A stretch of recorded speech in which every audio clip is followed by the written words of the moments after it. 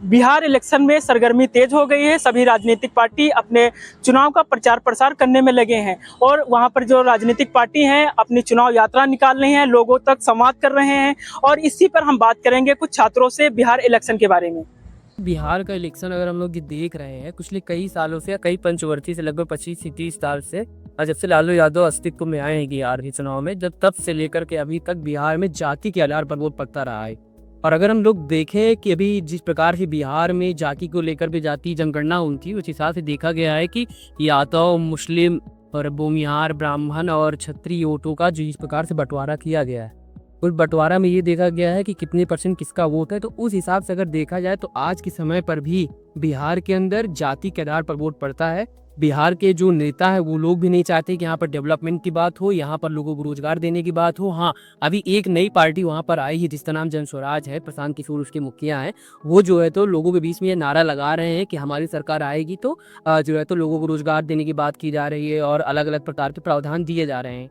तो कुल मिलाकर के प्रशांत किशोर जी चाहे जितना मेहनत कर ले, या फिर एनडीए चाहे जितना मेहनत कर ले, आरजेडी जितना मेहनत कर ले, लेकिन अंत में जब बिहार का कोई नागरिक होता है वोट देने जाता है तो जाति देखता है कि हाँ भाई साहब ये हमारी जाति के है तो हम इनको वोट देने जाएंगे, ये इनकी जाति में तो वो उनको वोट देने जाएंगे। रही बात आप भी माहौल क्या है, तो अभी पिछले कुछ समय से देखा ये जा रहा है जिस प्रकार से चुनाव यात्रा वोट चोरी को लेकर जिस प्रकार से राहुल गांधी जी और तेजस्वी यादव जी जिस प्रकार 14 दिन की यात्रा लेकर के चल रहे हैं पूरे बिहार में, और उस 14 दिन की जो यात्रा है उसके अंदर कम से कम 20 से 25 जो जिला है वो कवर कर रहे हैं। वो अभी हाल फिलहाल में जो है तो जितने भी कांग्रेस के बड़े लीडर्स हैं, चाहे रेवंत रेड्डी हो, तेलंगाना के मुख्यमंत्री या के कुमार उप मुख्यमंत्री हो, अलग अलग राज्यों के लोग भी जो है तो आकर के वहाँ पर प्रभावशी बातें कर रहे हैं, लोगों को ये बता रहे हैं कि भाई वोट चोरी हो रही है, ऐसी ऐसी बातों को लोगों तक पहुँचाने का प्रयास कर रहे हैं, भीड़ भी इकट्ठा हो रही है। तो एक प्रकार से माहौल तो बनता हुआ दिखाई दे रहा है आरजेडी और महागठबंधन का, इंडिया महागठबंधन का आरजेडी और कांग्रेस के बीच में। लेकिन बात वही है कि अभी भारतीय जनता पार्टी और इंडिया जो गठबंधन है उसने अभी चुनावी रैलियां शुरू ही नहीं की है, अपना कैंपेन शुरू ही नहीं किया। जब भारतीय जनता पार्टी या जेडीयू का कैंपेन शुरू होगा तब हम लोग देखेंगे बिहार के अंदर किस प्रकार से चुनाव होंगे और फिर किस प्रकार से मोबिलाइज होगा वोट। तो अभी जिस प्रकार अभी विपक्षी दल जो है तो अपना माहौल तो बना रहे हैं, लेकिन अभी जो बिग प्लेयर माना जा रहा है भारतीय राजनीति के सबसे ज्यादा मेंबर भारत बीजेपी में है, और बीजेपी अभी एक भी चुनावी रैली उस प्रकार से कर ही नहीं रही। लेकिन जब बीजेपी बिहार के अंदर उतरेगी अपने दमखम के साथ, अपने केंद्रीय मंत्रियों के साथ, अलग अलग राज्यों के अध्यक्षों के साथ, अलग अलग राज्यों के मुख्यमंत्री के साथ, तब जो है तो ये चुनाव यात्रा जैसे जो इवेंट है ये भी दब जाएंगे, ऐसा मुझे लग रहा है। क्योंकि अभी भी जिस प्रकार से देखा जा रहा है कि कर्पूरी ठाकुर को जिस प्रकार से भारत रत्न देने की बात कही गई हो, कर्पूरी ठाकुर कितने बड़े नेता रहे हैं वहाँ के, उन्होंने ओबीसी को लेकर के बहुत सी बातें उठाई हैं, और नीतीश कुमार एक जो है तो शुद्ध साफ छवि वाले नेता हैं।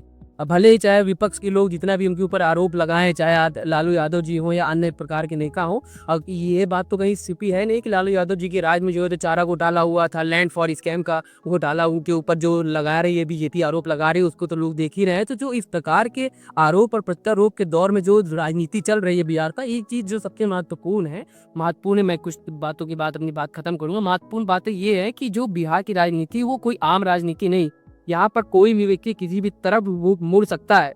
और अगर देखा जाए तो हमें मुसहर जाति की भी अच्छी खासी वोट बैंक है, मल्लाह जाति की जो वीआईपी साइनी साहब है वो महागठबंधन में है, मल्लाह, और आपके मुसहर जाति के मतलब जीतन राम मांझी एनडीए गठबंधन के साथ हैं। साथ ही साथ चिराग पासवान जी भी लगे हुए हैं। पिछले साल देखा है हम लोगों ने किस प्रकार से 143 विधानसभा सीटों में लड़ करके उन्होंने कितना ज्यादा नुकसान पहुंचाया था और जेडीयू को, लेकिन अभी इस बार वो इस तरफ आ गए हैं। तो कुल मिलाकर के अभी देखा जाए तो जो फाइट तो दोनों तरफ के महकमे से जारी है, लेकिन अभी कहीं ना कहीं फिर भी एनडीए गठबंधन आगे चल रहा है बिहार में, और प्रशांत किशोर जो है तो एक नया विचार लेकर के आ रहे हैं, तो उनकी ओर भी लोगों का आकर्षण बढ़ रहा है। देखिए अगर हम बिहार को देखते तो एक ऐसा राज्य देखा जाता है कि वो एक पिछड़ा हुआ है। आप कहीं भी भारत में कहीं भी स्टेट में जाइए तो आपको सबसे ज्यादा वहाँ पे बिहारी लोग मिलेंगे। क्यों? क्योंकि माइग्रेशन बहुत ज्यादा है, वहाँ पे रोजगार नहीं है, वहाँ पे डेवलपमेंट नहीं है, हेल्थ सिस्टम वहाँ पे बहुत ज्यादा बेकार है, हॉस्पिटलों की हालत इतनी बेकार है, और इंफ्रास्ट्रक्चर की बात की जाए तो एक पुल एक शहर में बनता है, अगली बार आने के बाद वो दूसरे शहर में लग जाता है।